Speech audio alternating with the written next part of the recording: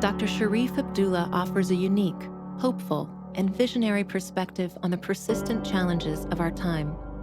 His perspective is shaped by his urban upbringing of poverty and violence, his Ivy League education, and his work with impacted communities in America and in 45 countries around the world. His spiritual outlook is rooted in the consciousness of dozens of religions, faith traditions, and spiritual practices. Sharif offers this unique viewpoint, helping us chart a course that explains where we've been, where we are now, and how we get to a positive future that works for all living beings.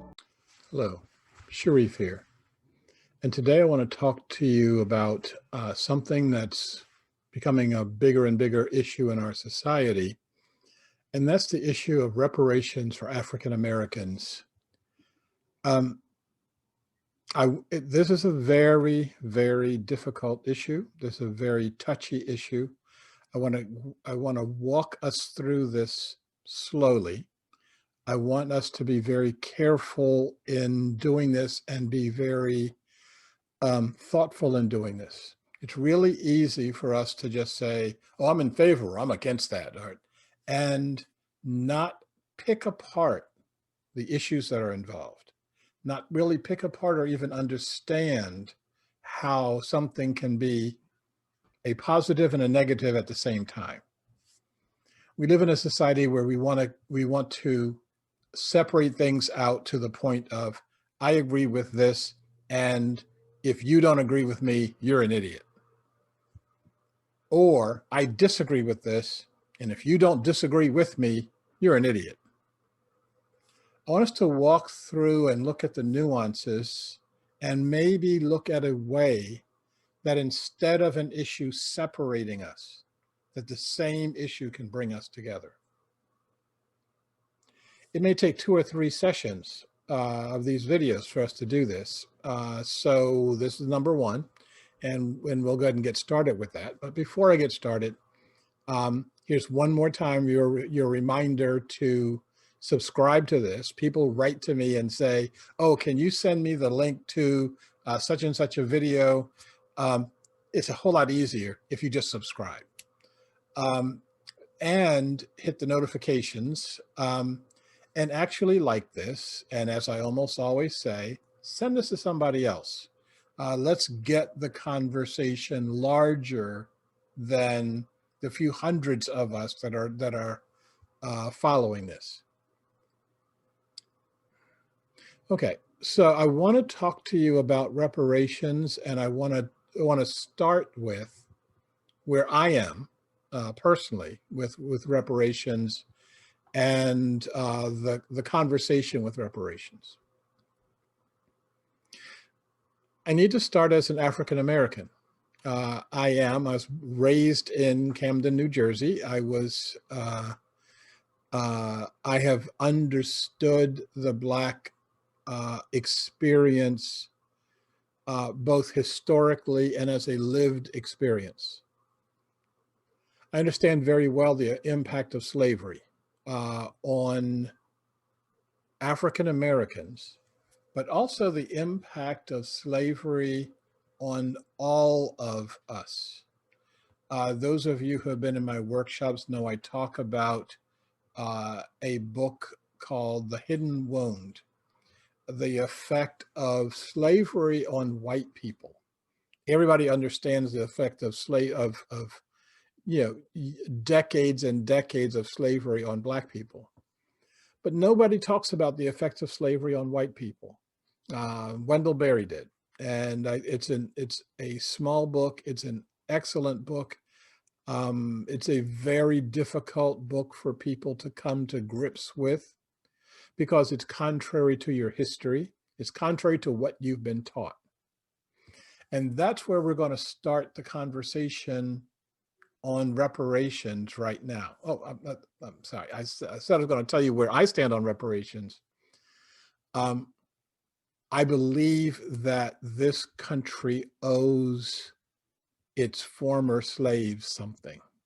I believe that the damage that was done, the damage that continues to be done every single day, if you haven't worked out that slavery history, your own past in your own heart, plagues us today. That's the thing that is holding back a segment of our society, people who have not been able to come to grips with, as Vamala Thakar says in my quote, it says in the quote in Creating a World That Works for All, she says, when you're not reconciled to who and what you are. In order to do that reconciliation, you got to do some work. And if you haven't done the work, then no kind of reparation is going to make a bit of difference in your life.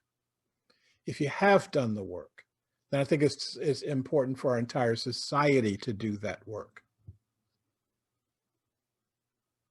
The reparations are owed, but I think this would be the absolute wrong time to press for them and to get and to take payment for them.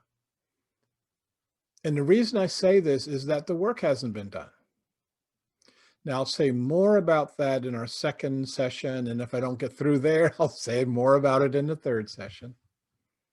But today, right now, what I want to talk to you about, I want to talk to you about the context of reparations. I want to talk to you about the context of managed consciousness, that somebody is managing our consciousness around all of our issues. And all of our issues tend to look at being these divisive issues. They get cast in such a way that my side's on this side over here and your side's over here, and we don't talk, we don't even bother talking to each other. We're just going to rally our sides and then meet in the middle of the battlefield and do battle. That is a process where everybody loses, where this side loses, where this side loses, where everybody loses. I think that we can create a win-win situation, but in order to do that, we have to understand that we're being managed and manipulated into these separate issues. I'm going to give you a really good example of this. And here's an example I had to go halfway around the world to understand, to grasp. And this was a student at Portland State University when I was teaching there in the graduate program for conflict resolution.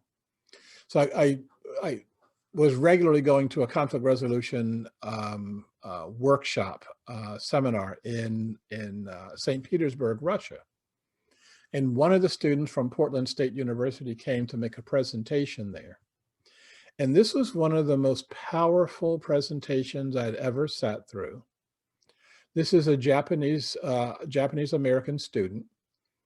And she was talking about, well, she didn't use the words, but she was talking about managed consciousness. All of us know the history of World War II. And we know that World War II in Asia ended with the atomic bombings in Hiroshima and Nagasaki. All of you have seen the pictures of the devastation. None of you have seen the pictures. We think we've seen the pictures, but you didn't see the pictures that she was showing us. Americans were not allowed to understand the depth of the atrocity that we had committed by dropping atomic bombs on living cities. First of all, when the bombs were dropped, we weren't shown any pictures at all. There were headlines: "A bomb used in Japan." Days later, they showed pictures that were of some distance, miles distant. The pictures were all in black and white. And the pictures were of buildings, the ruins of buildings, set in a landscape so that you're looking out at these buildings, the twisted, wrecked buildings. Weeks after that, you could see, we started seeing the pictures of the burn victims. In your mind right now, you've got those pictures. If you do a quick Google search for Google burn victim, for Hiroshima burn victims, you'll see images of those victims. And the pictures are horrible.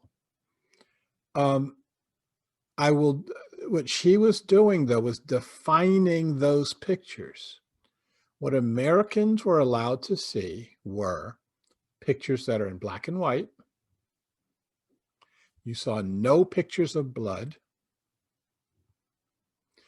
Most of the images that you've seen were images that contained a doctor and a nurse. They were in a clinical setting. They weren't like bodies laying out in the field. They were people sitting in a stool, like in a doctor's office. The doctor had the stethoscope around his neck. He had the white lab coat. He was a he. And they were, the look on the face of the victim, the look on the face of the doctor, the look on the face of the nurse is that they were all concerned and that they were all doing something for this burned person. And most importantly, in all these images, the victim did not look like they were in pain. The atomic bomb, for us, caused no pain. Now, those were the images that we were shown. The images that Japanese people saw was completely different. They saw the images of people bleeding in the streets. They saw the image of people in a state of unbelieving agony, that there is no words for the agony that they were experiencing. There weren't any doctors around. The doctors and the nurses looked just like everybody else. They were ragged, they were bloody, their limbs had been burned completely off, their eyes had been melted. And seeing a picture of someone with their eyes melted, trying to walk down the street, trying to get away. They had no idea where they were trying to get to. They had no idea what they're trying to get away from. They just knew that something terrible, terrible had happened. Now, if Americans had seen that, there is enough compassion in our hearts that we would say, that's horrible, and we should never have done that, and we should never do that again. Which is why you weren't allowed to see it. When we talk about managing consciousness, we talk about what is going into you, what is allowed to go into you. This isn't an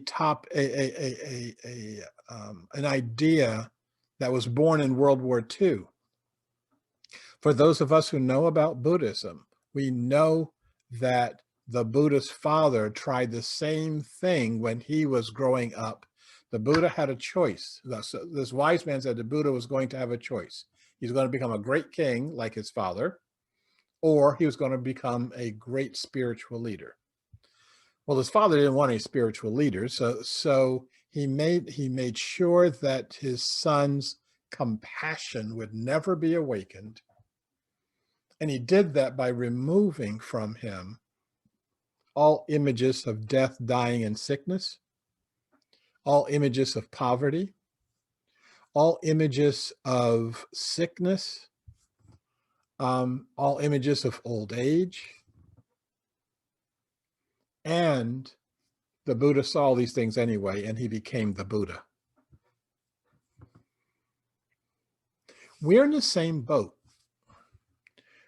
We're in a society that wants to manage our consciousness for a particular direction, to get us in a particular direction, to get us to accept things that as human beings we should not accept, to get us to see a world that actually doesn't exist. Now, the reason I tell you this story is that from the point of view of World War II, none of us have any particular issue with the bombing. The bombing happened, 50, 60 years ago. We don't have any particular issues around the visceral hatred that many people felt for the Japanese people at that time. And so we can look at it a little bit dispassionately, more dispassionately than we can about our current racial issues that are like right in our faces right now. And so the next time we're going to talk about how managed consciousness, how we managed our consciousness regarding the situation with race, with slavery, with the end of slavery, and with how we deal with reparations, with healing this situation over time. So thank you, and we'll talk more about this in our next session. Before I go, one more appeal to you to, if you appreciate the series, if you appreciate this video, like it. It matters when people are looking at your scores. Subscribe and donate something. The Patreon button is below. For those of you who are internet challenged, write a check and send it.